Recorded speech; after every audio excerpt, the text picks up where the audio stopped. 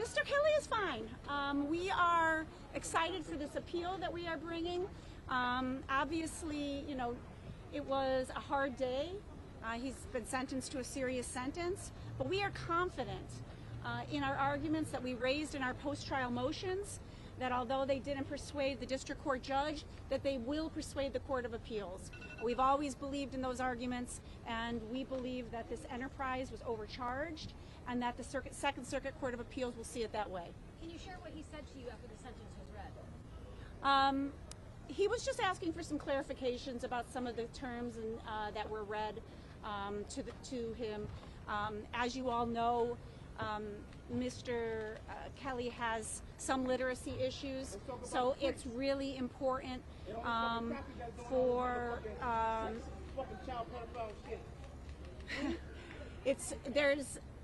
there's a great deal of things that have to be explained in a little more slowly. So.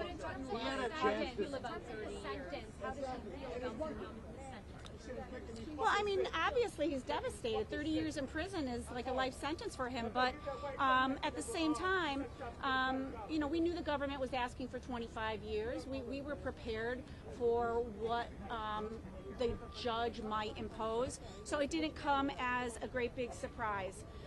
We were prepared for it, and we are now prepared to fight this appeal. For us, it's just the beginning of the fight, frankly. So we were prepared going in for today, and he's doing okay with it, despite he had a chance to speak in his own defense. Why did he not want to make a statement in allocution? Well, that was on advice of counsel. That was on my advice. Why? Because he has pending cases. It's obvious. He's got pending cases, and he has a Fifth Amendment right to remain silent, and I advised him to invoke that Fifth Amendment right. I promise you, he does want to make a statement. He will make statements eventually, but on the advice of counsel, he remains silent today. Will you be putting in an appeal? The public that he is not guilty.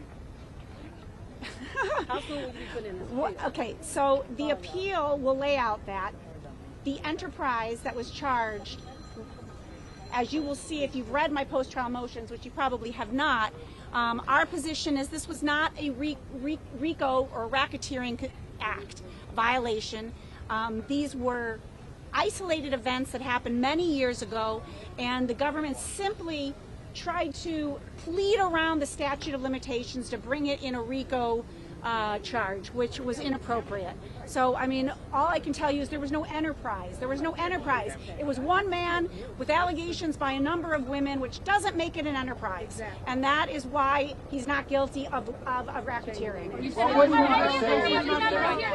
How many family members that you know? You said he was remorseful. What did you mean by that? You said he didn't have to confess, but that he was remorseful. I said he has regrets and he is sad. Nobody wants to hear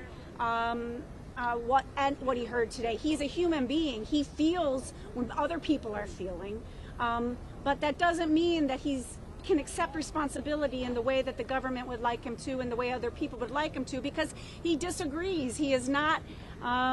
He disagrees with the characterizations that have been made about him. But that doesn't mean he's not a human being and can't feel something when other people are in pain. Is his abuser here today? You said that his sister abused him as he was a kid. He has 4 people here today. Yes, he has a number of friends here today.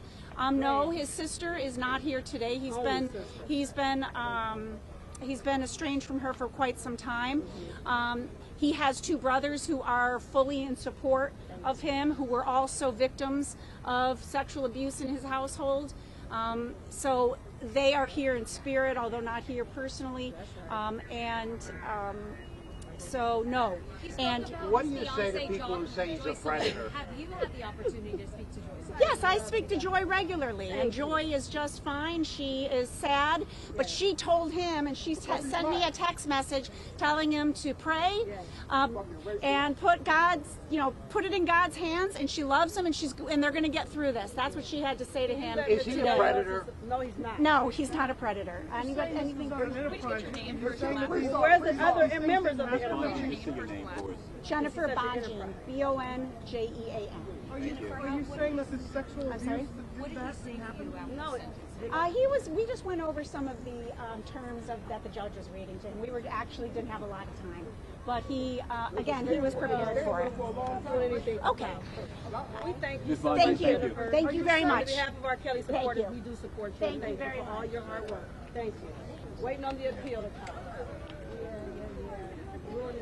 Hi, everybody. The U.S. Attorney is going to come out now. I'll give you their names. There's going to be 2 speakers. They're not going to take any questions because of the appeal. So we're going to hear first from the U.S. Attorney for the Eastern District of New York, Breon Peace, B-R-E-O-N. Last name is Peace, P-E-A-C-E.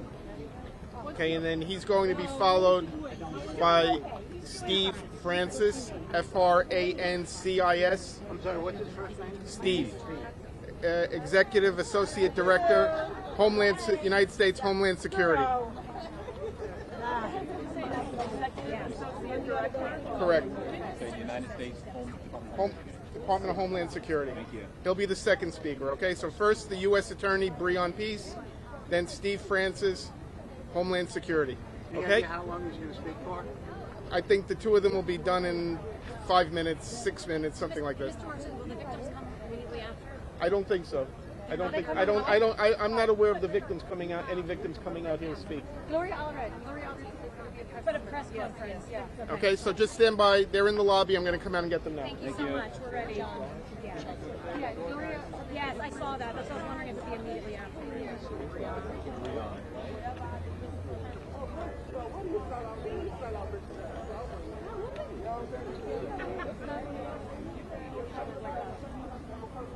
U.S. Attorney coming in with your press conference with some of the victims in Gloria Allred.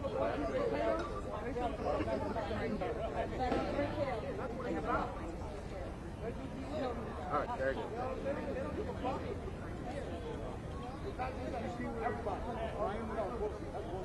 No, that's what I'm talking about. That's what I'm talking about. That's what I'm talking about.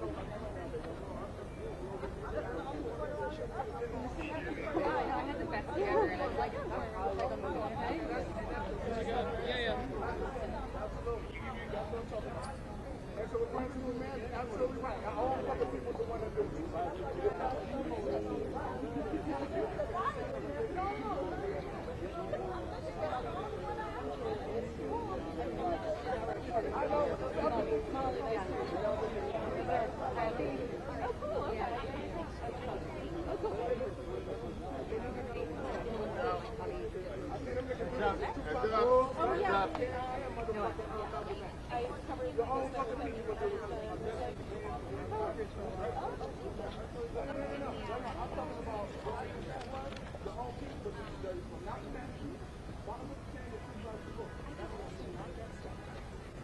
Moments ago, R. Kelly was sentenced to 30 years in prison. This is a significant outcome for all victims of R. Kelly, and especially for the survivors who so bravely testified about the horrific and sadistic abuse they endured. R. Kelly is a predator, and as a result of our prosecution, he'll serve a long jail sentence for his crimes. With the aid of his fame, his money, and most importantly, his inner circle, R. Kelly preyed upon children and young women for his own sexual gratification for decades. He used coercive control, exemplified by a pattern of isolation, rules, dependence, threats, intimidation tactics, physical abuse, and at least once, the presence of a gun, to force victims, including minors, to engage in sexual activity with him and others, and to become unwilling participants in the pornographic films he wrote, produced, and directed. He continued committing his crimes for almost 30 years and avoided punishment until today. Today, the sentence shows that the witnesses reclaim control over their lives and over their futures. These are voices of mostly black and brown women and children that were heard and believed, and for whom justice was finally achieved. This is a victory for them, for justice, and for future survivors of sexual assault. Victims of sexual violence must be heard, perpetrators must be held accountable, and our women and children must be protected.